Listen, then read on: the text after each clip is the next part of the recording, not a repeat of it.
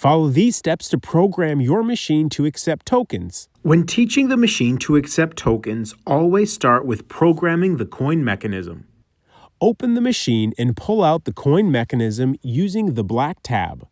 Lift up on this lever on the top left side of the coin mechanism and tilt the discriminator assembly forward. Check to make sure the third dip switch is turned on. The first slot is for American currency.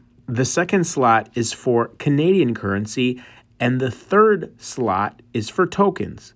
Make sure the third slot is turned on. Press B and mode simultaneously until the yellow light flashes.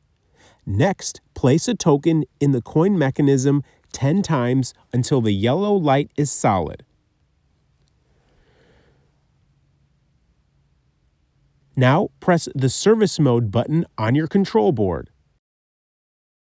On the keypad, press 5 twice, then press 1. Now press 3 to set all the selections to accept a token. Make sure all items are on. Press pound to save. Press 4. Now enter the value of the token. Set the token value to the highest price item in the machine. Press pound to access the price value. Now key in the price value for the token. Press pound to save. Press star to back out of service mode. Test these updates with a token.